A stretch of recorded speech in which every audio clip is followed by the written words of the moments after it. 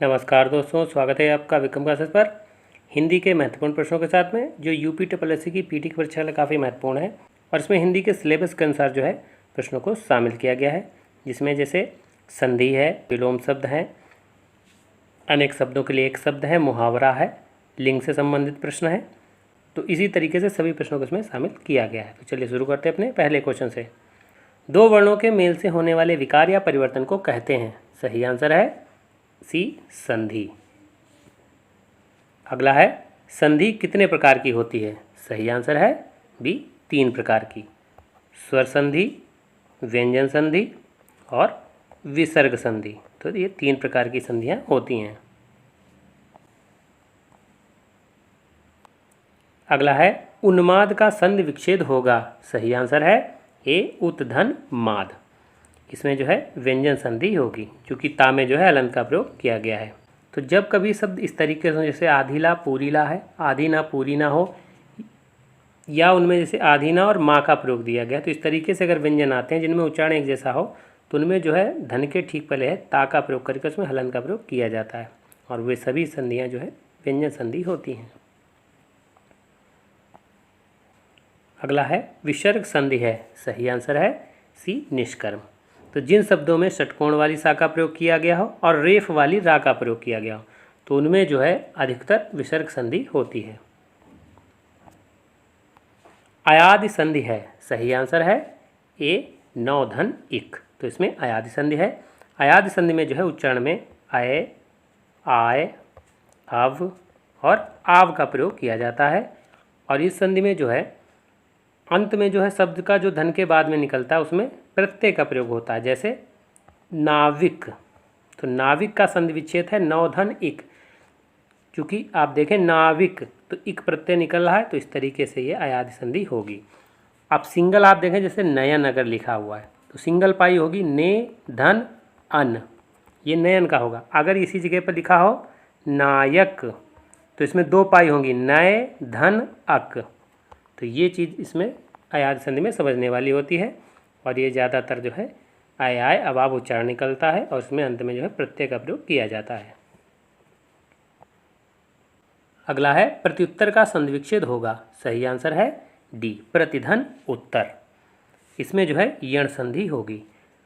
तो यण संधि में सबसे बड़ी बात ये होती कि या के पहले और वा के पहले कोई भी आधा व्यंजन बना हो, जैसे इसमें ता देखते हैं या ना बना हो, तो इस तरीके से अगर होता है तो वे सभी शब्द जो हैं यण संधि के उदाहरण होंगे। और प्रत्युत्तर में आप देखें प्रतिधन उत्तर, तो इस तरीके से उसका संधि विच्छेद होगा। अगला है, यशोदा में प्रयुक्त संधि का नाम है। सही आंसर है सी, विसर्ग संधि।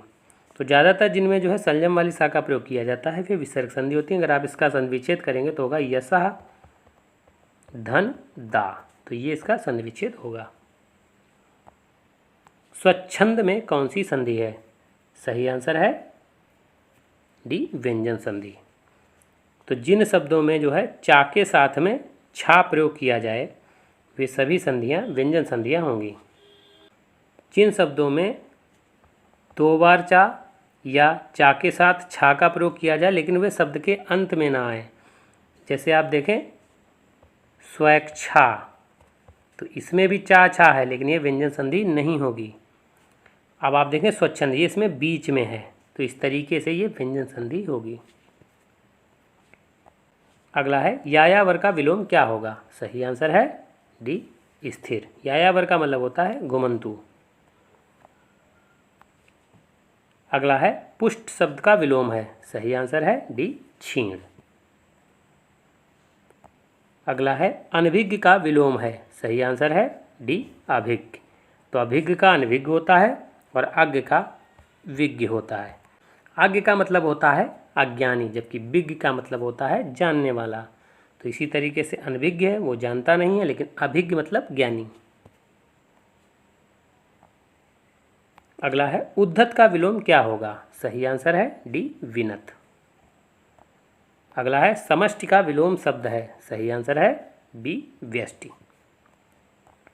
अगला है, ऋजु शब्द का विलोम है। सही आंसर है सी, वक्र। अगला है, जंगम का विलोम शब्द है। सही आंसर है सी स्थावर। अगला है निम्नलिखित में से कौन सा शब्द आँख का पर्यायवाची नहीं है? सही आंसर है डी दृगम्बु, जबकि अक्ष, नयन, दृग, लोचन, इक्षण, विलक्षण ये सभी आँख के पर्यायवाची होते हैं। अगला है कौन सा शब्द अनीक का पर्यायवाची है? सही आंसर है सी सेना, तो सेना जो है इसका पर्यायवाची अनीक होता है। अगला है मृगेंद्र का पर्यायवाची शब्द है? सही आंसर है सी शार्दुल, तो ये शेर का जो है पर्यायवाची है। अगला है धनंजय का पर्याय है? सही आंसर है डी गुडाकेश, और ये अर्जुन के पर्यायवाची होते हैं। अगला है सौदामिनी का पर्यायवाची है? सही आंसर है ए विद्युत। अगला है महल के भीतरी भाग को किस शब्द में जानते हैं? सही आंसर है डी अंतःपुर। अगला है पेट की अग्नि के लिए शुद्ध शब्द है? सही आंसर है सी जठराग्नि, जबकि जंगल की जो आग होती है उसे दावाग्नि कहते हैं, और जो समुद्र की आग होती है उसे बड़वाग्नि कहते हैं।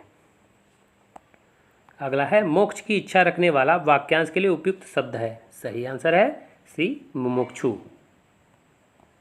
अगला है आधी रात का समय? सही आंसर है डी निशीथ।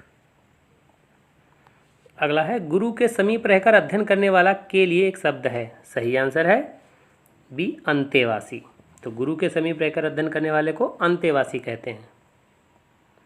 अगला है पुल्लिंग शब्द का चयन कीजिए? सही आंसर है ए कर्ता, तो कर्ता पुल्लिंग शब्द है, जबकि विदुषी, याचिका और मूर्खा ये सभी स्त्रीलिंग शब्द हैं।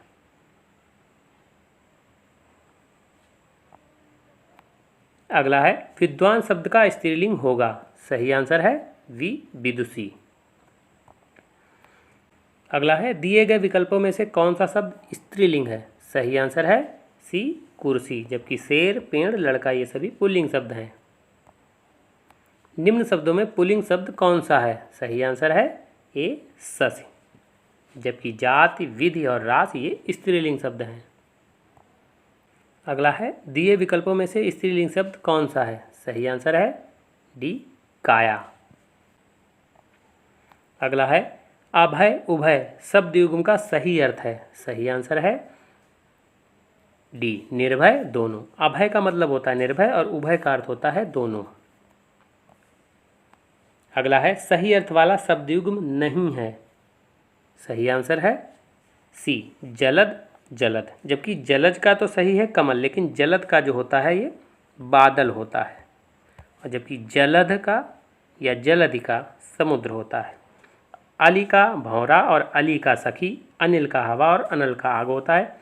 आदि का आरंभ और आदि का अभ्यस्त होता है। अगला है शकल सकल का अर्थ क्या होता है? सही आंसर है बी संपूर्ण और अंश, तो सकल का अर्थ संपूर्ण और इस सकल का अर्थ होता है अंश। आप देखें इसमें भी सलजम वाली सा है और इसमें भी सलजम वाली सा है। अगला है दिन दीन शब्द युग्म का सही अर्थ है? सही आंसर है बी दिवस गरीब। दिन का अर्थ होता है दिवस और दीन का मतलब होता है गरीब। अगला है अन्न अन्य शब्द युग्म के सही अर्थ भेद का चयन कीजिए? सही आंसर है डी अनाज दूसरा, तो अन्न का मतलब होता है अनाज और अन्य का अर्थ होता है दूसरा। अगला है निम्नलिखित में से कौन गलत सुमेलित है? सही आंसर है सी नज़र पर चढ़ना, जबकि अंगूठे पर मारना, परवाह न करना, नज़र करना, भेंट करना, कान काटना, मात करना। अगला है भई गति सांप छछुंदर केरी लोकोक्ति का अर्थ है? सही आंसर है ए दुविधा में पड़ जाना। अगला है थाली का बैंगन मुहावरे का अर्थ है? सही आंसर है सी कभी एक पक्ष और कभी दूसरे पक्ष में रहना। थाली का बैंगन मुहावरे का अलग अर्थ आप देखें तो होता है अस्थिर चित्त वाला व्यक्ति। अगला है आँख का अंधा गांठ का पूरा लोकोक्ति का सही अर्थ है? सही आंसर है ए मूर्ख धनी। अगला है कागजी घोड़े दौड़ाना मुहावरे का अर्थ है? सही आंसर है व्यर्थ की लिखापढ़ी करना। अगला है शुद्ध वर्तनी चुनिए? सही आंसर है सी शमशान। अगला है वर्तनी की दृष्टि से कौन सा शब्द सही है? सही आंसर है डी सन्यासी। तो सन्यासी में जो है अंग की बिंदी और आधीना दोनों का प्रयोग किया जाता है।